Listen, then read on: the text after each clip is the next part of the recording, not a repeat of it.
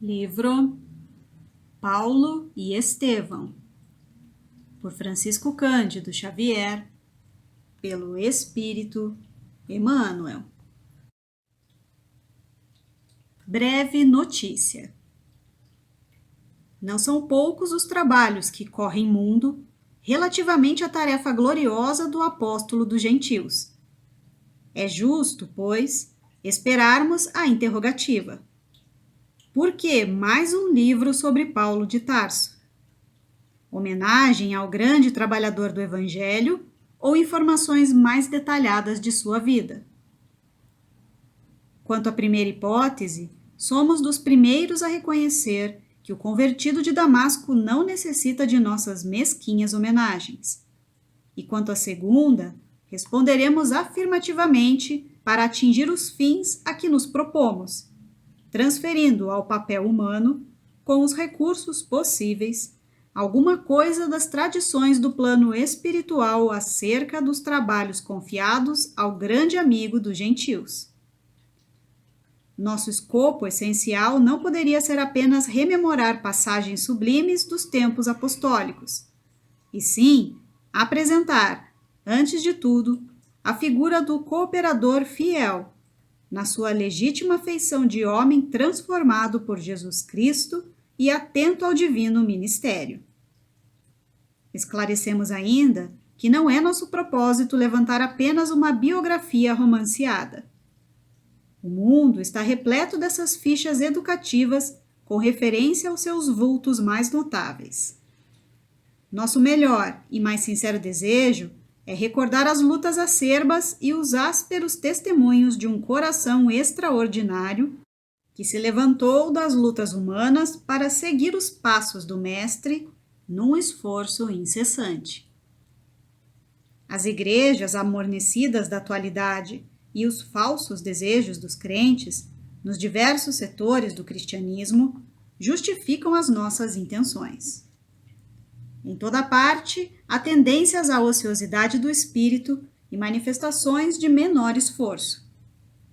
Muitos discípulos disputam as prerrogativas de Estado, enquanto outros, distanciados voluntariamente do trabalho justo, suplicam a proteção sobrenatural do céu. Templos e devotos entregam-se gostosamente a situações acomodatícias, preferindo as dominações e regalos de ordem material. Observando esse panorama sentimental, é útil recordarmos a figura inesquecível do apóstolo generoso. Muitos comentaram a vida de Paulo, mas, quando não lhe atribuíram certos títulos de favor gratuitos do céu, apresentaram-no como um fanático de coração ressequido. Para uns, ele foi um santo por predestinação, a quem Jesus apareceu numa operação mecânica da graça. Para outros, foi um espírito arbitrário, absorvente e ríspido, inclinado a combater os companheiros com vaidade quase cruel. Não nos deteremos nessa posição extremista. Queremos recordar que Paulo recebeu a dádiva santa da visão gloriosa do Mestre às portas de Damasco, mas não podemos esquecer a declaração de Jesus relativa ao sofrimento que o aguardava por amor ao seu nome. Certo é que o inolvidável tecelão trazia o seu ministério divino. Mas quem estará no mundo sem o ministério de Deus? Muita gente dirá que desconhece a própria tarefa, que é insciente a tal respeito. Mas nós podemos responder que, além da ignorância, há desatenção e muito capricho pernicioso. Os mais exigentes advertirão que Paulo recebeu um apelo direto, mas, na verdade, todos os homens menos rudes têm a sua convocação pessoal ao serviço do Cristo. As formas podem variar, mas a essência ao apelo é sempre a mesma. O convite ao ministério chega, às vezes, de maneira sutil, inesperadamente. A maioria, porém, resiste ao chamado generoso do Senhor. Ora, Jesus não é um mestre de violências, e se a figura de Paulo avulta muito mais aos nossos olhos, é que ele ouviu, negou-se a si mesmo, arrependeu-se, tomou a cruz e seguiu o Cristo até o fim de suas tarefas materiais. Entre perseguições, enfermidades, apodos, zombarias, desilusões, deserções, pedradas, açoites e encarceramentos, Paulo de Tarso foi um homem intrépido e sincero, caminhando entre as sombras do mundo ao encontro do Mestre, que se fizera ouvir nas encruzilhadas da sua vida. Foi muito mais que um predestinado, foi um realizador que trabalhou diariamente para a luz. O Mestre chama-o da sua esfera de claridades imortais. Paulo tateia na treva das experiências humanas e responde: Senhor, que queres que eu faça?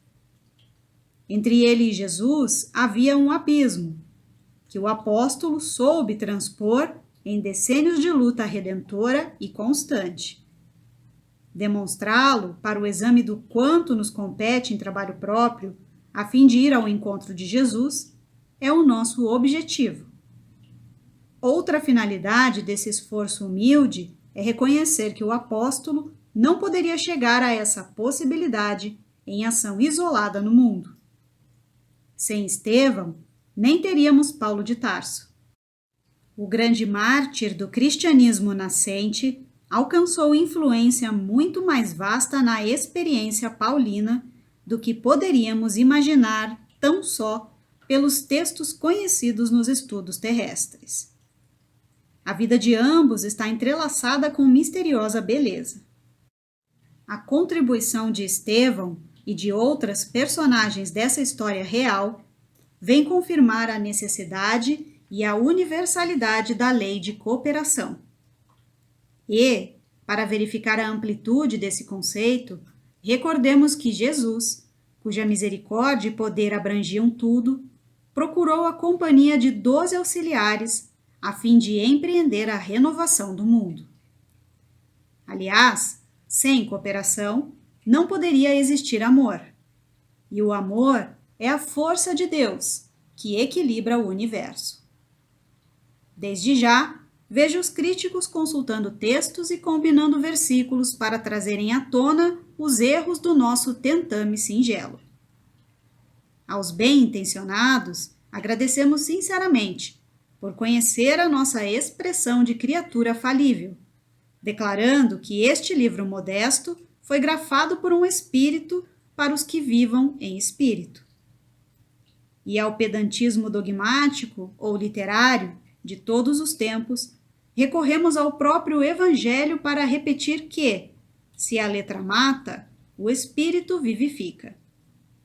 Oferecendo, pois, este humilde trabalho aos nossos irmãos da terra, formulamos votos para que o exemplo do grande convertido se faça mais claro em nossos corações, a fim de que cada discípulo possa entender quanto lhe compete trabalhar e sofrer por amor a Jesus Cristo.